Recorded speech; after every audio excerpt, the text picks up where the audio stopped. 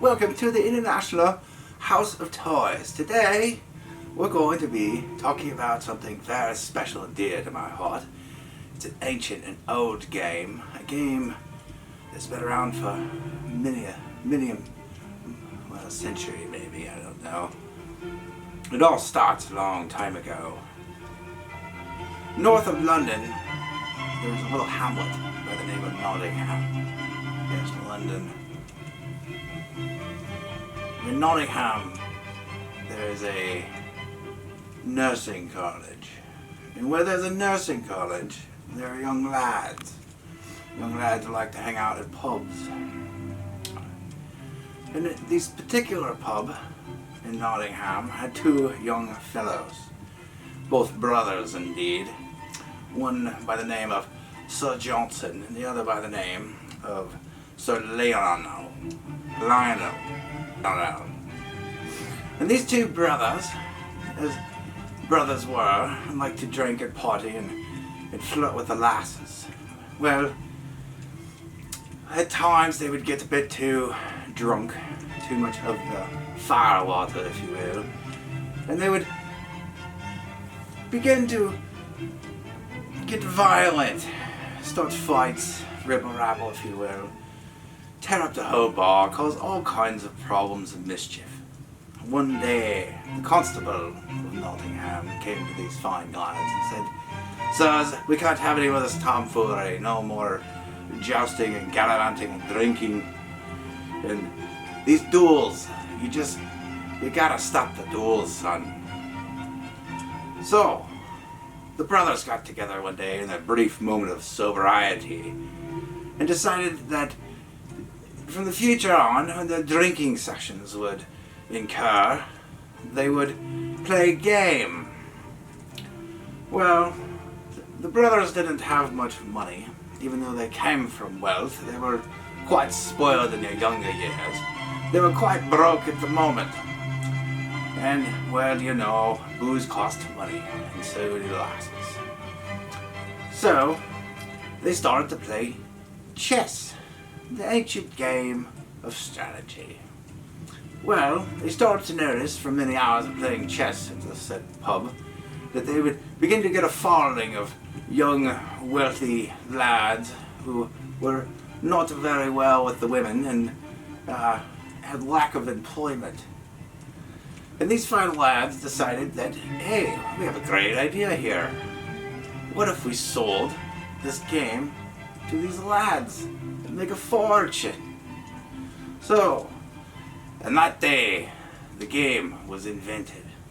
And it is not only the most challenging game you will ever play, and the most mind-numbing game you will ever play, and I would not advise to play alone, for it may drive you insane. It is called Board Game. The Board Game.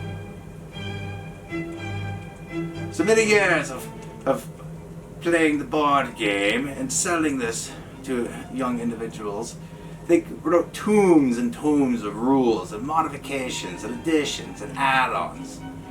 Until one day they finally decided, you know, it would be a chipper idea. Why don't we sell this across the seas in America? The Yanks would love this stuff. Well, by golly, they did. They sold it and sold it and sold it. And it became, well, kind of popular. It wasn't as popular as Nintendo, but it was definitely popular. And then one day, in the 80s, the darkness came. A corporate entity bought the board game. And they changed the name and it became Board Gamer 9000. 40th edition. It was the last edition before the game completely was destroyed and left to ruin. It became oversaturated with garbage and nonsense. But today, my friends, we will play Board Gamer 9000 in its original form. the 40th edition, with all its whims and quirks. So, to you I say, cheerio, and enjoy the war.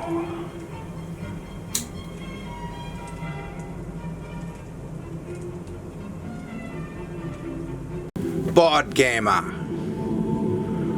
Board Gamer 9000. The first rule of Board Gamer 9000. You don't talk about Board Gamer 9000. The second rule of Board Gamer 9000. You don't talk about Board Gamer 9000. If this is your first time being challenged to play Board Gamer 9000, you must play or never play again. The game starts with a board. You must acquire a fancy king. A fancy king can be any figure that you shall choose. It can be as fancy as you like or as simple as you like, but it will be you and yours alone in your journey and your fight. Once the fancy king has been acquired, you are ready.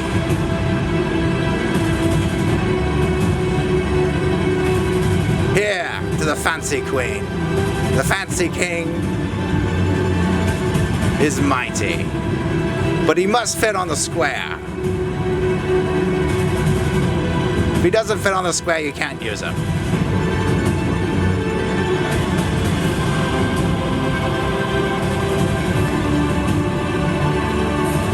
Next, you need to find your warriors. Warriors must be found. They cannot be bought. They cannot be new. They must have a soul.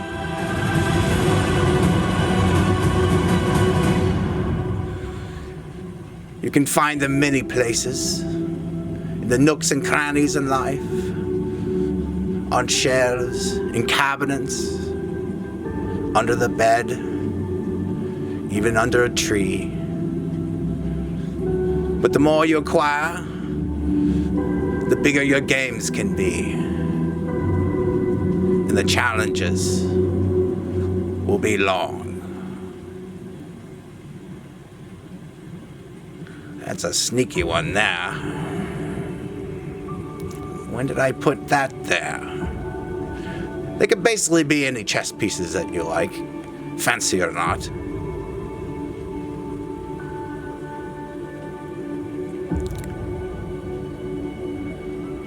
But be prepared. This game isn't for everyone. Many have lost their minds attempting to play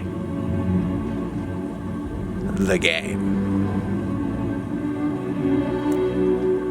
Board Gamer 9000 40th edition is amazing. Your pieces are like your standard pieces, different sizes and shapes, but these are known as your standard units. Everything from your lowest unit to your mid unit to your high unit to your fancy unit. Classifications are important. Your pieces move pretty much like any normal chess piece. Your king, your queen, your bishop, moving in tandem to defeat your enemies.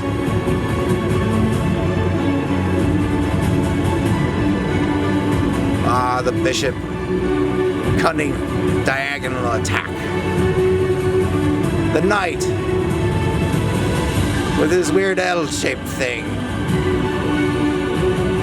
Look at him go. And the powerful rook, straight on, charges into combat. And of course the beloved pawn, always dependable, always useful. Usually an idiot. And pawns have one special rule that makes them different. They can indeed move in any direction, but they cannot move diagonally.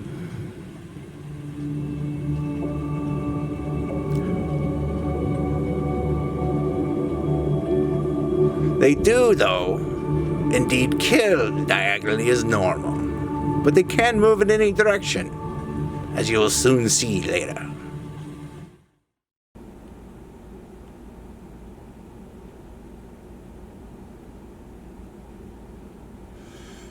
In the game of Board Gamer 9000, size matters.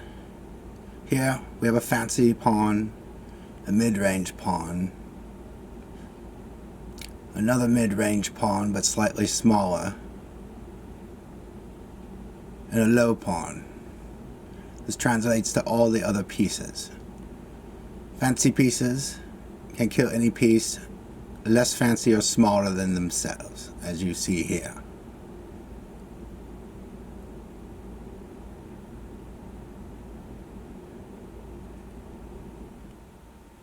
It can kill all pieces. Man, it would be sure nice to have some dramatic music playing at this time, but for some reason YouTube won't let me play music during this small 1-minute segment as we see the next pawn take out the next unit, going down the row. But it cannot kill the fancy piece because it is not fancy. This is right out.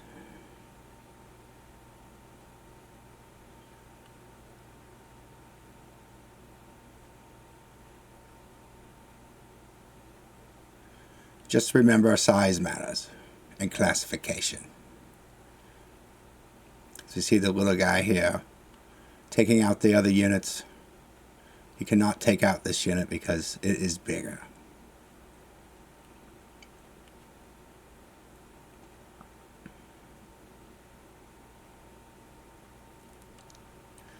A pawn, if it reaches the opposite side of the table,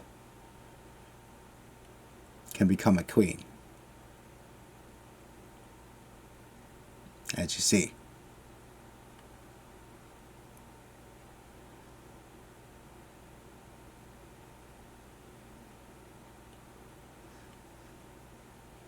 The queen must be of the same size and classification as the pawn that reaches the other side.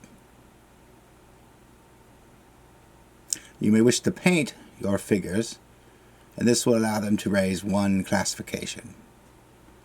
It's an optional rule, of course.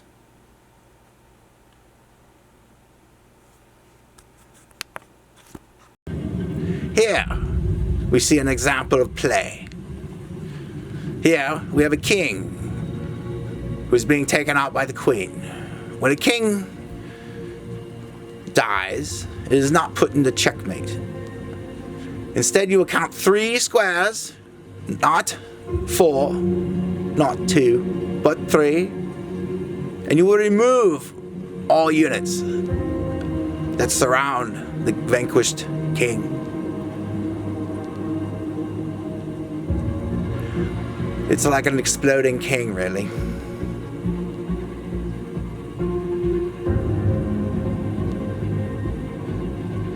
Games can be as small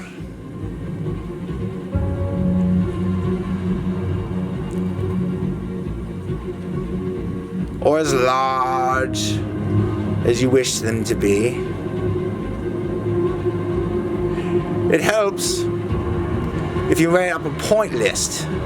Come up with different points, values for each of your units. Confer with your opponent. This can make the game seem more balanced. You may also write down other notes and rule changes that you see fit. As long as the rules are agreed upon by both parties, then the game can continue. Here are some example points that I used. Makes bringing your forces to battle much quicker.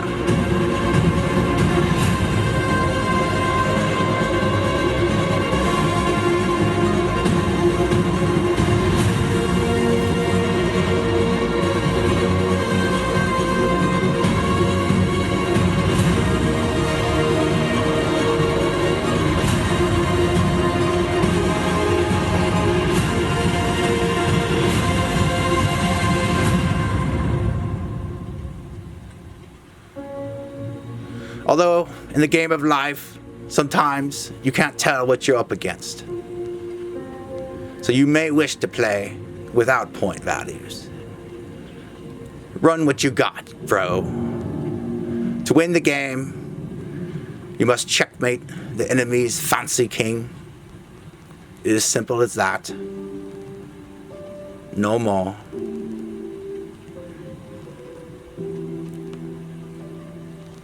Mines are another optional unit. You can represent these with checkers. Decide between both players at the beginning of the game how many checker mines you would like to use, and then set them up, taking turns.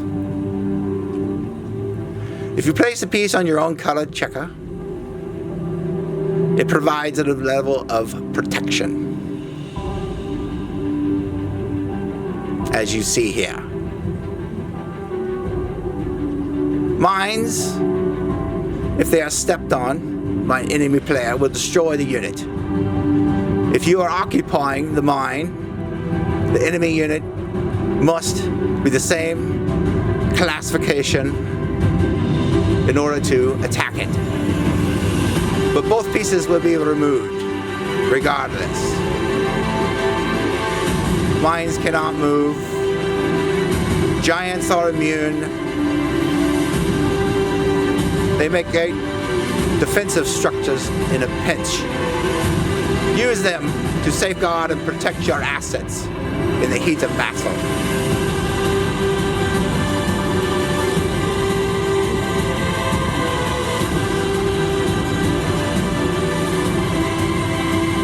Here we see moving from board to board.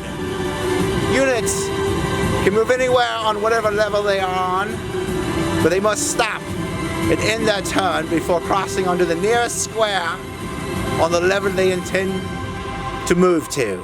They may actually kill, though, and attack, as you see here with the knight or the bishop.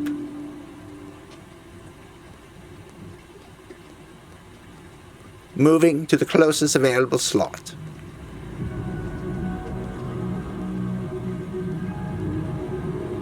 See how the rook stops before moving to the next position? Great. And the mighty queen. Huzzah!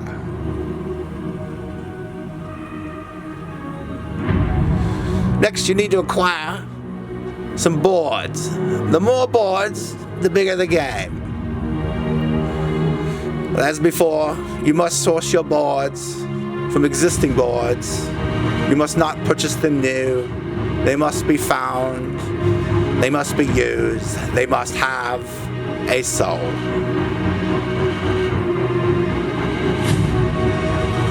The fancier board you can find, the better. Boards can be stacked. They can be used in conjunction with blocks. You can cut them up into smaller pieces, but they must be at least 4x4 square.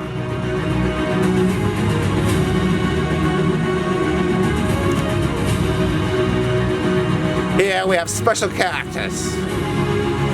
Right here, we have the merchant. The merchant starts off in the cathedral. Place him in the cathedral. This is placed first before the start of the game. The merchant is one of the most powerful characters. Only a queen may acquire a merchant.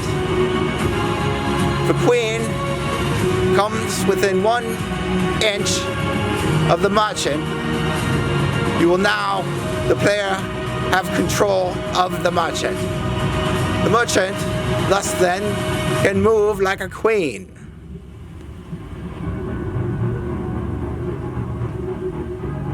The merchant is tricky. The merchant is quick. The merchant has no remorse. The tricker, the trickster, trickery at foot.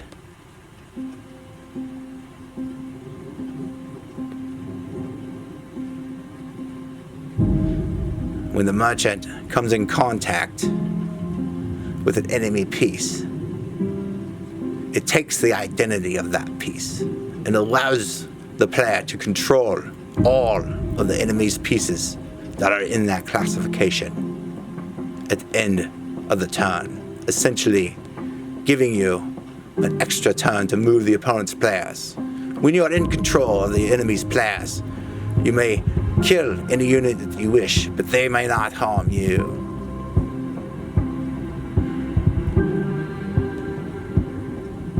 If the merchant is captured, it will be replaced back to the cathedral. Any piece can take out the merchant, but the merchant is crafty as she moves with the queens. But when she is replaced in the cathedral, she stays there until the cathedral is destroyed. Merchants can also topple buildings if they come within 1 inch, much like a giant nutcracker.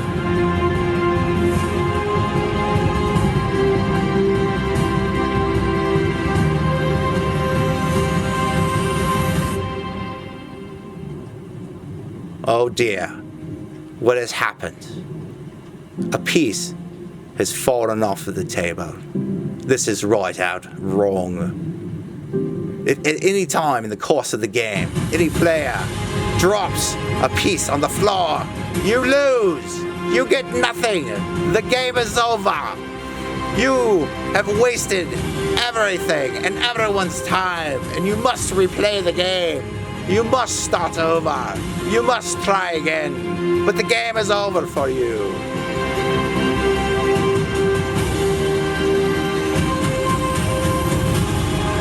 Here we have the giants, the nutcrackers.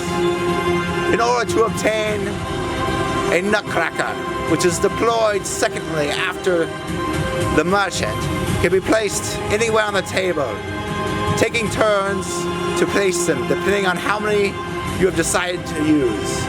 You must find them, you cannot purchase them. They can be any size, but I recommend that they cover only 4 squares. You can go up to 6 if you wish. In order to acquire a nutcracker, a king of any variety must come in contact. When it comes in contact within 1 inch of the nutcracker, it takes it over. You now have the full power and attack capabilities of the nutcracker. Nutcracker can move in any direction like a king, and everything underneath of the squares of the nutcracker will perish. If a nutcracker becomes in contact within 1 inch of any building structure, you will close your eyes and you will knock it over. But remember, if any piece falls off the table, you lose. Any piece that the nutcracker comes within 1 inch of will be knocked over, and any adjoining pieces that are knocked over will perish and will be removed from play. Any scenery knocked down during the course of the game stays in place and becomes unpassable. What a tragedy.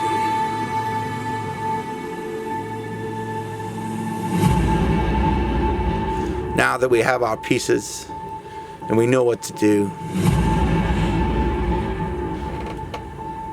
in this case a king, once taken over a nutcracker can indeed kill another nutcracker, or an enemy king can attack a nutcracker and take it over, but no other piece can defeat the nutcracker. Any pieces that a nutcracker lands on will perish even in death.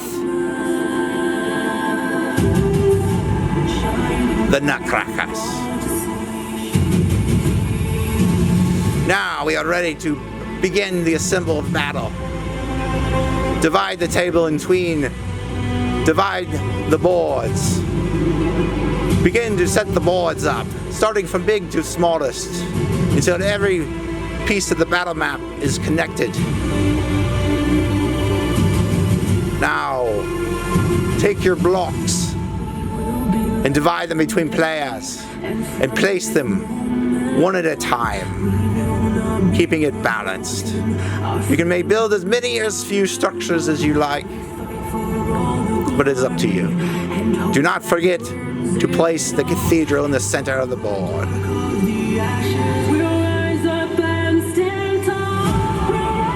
Any square that is touched by a piece of scenery is impossible to move through, unless you're a giant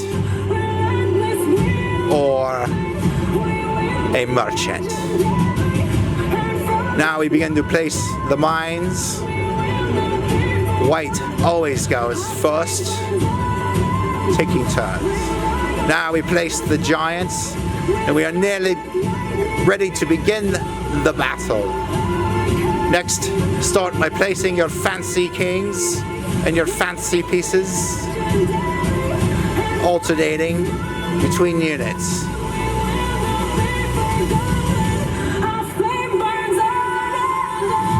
Next, we begin to place the mid-range units, the standard chess pieces. You may place them wherever you wish, except you must stay on your half of the table. Make sure you think ahead. Be cunning, as you must take into account protection, defense, and strategy. Now we will move down to the lesser pawns, the lesser knights, the lesser kings.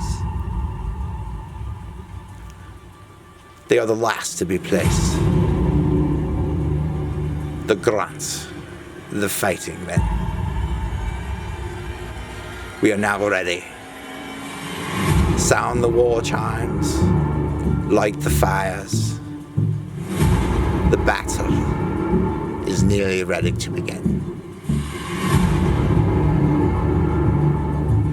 Fight. There can be only war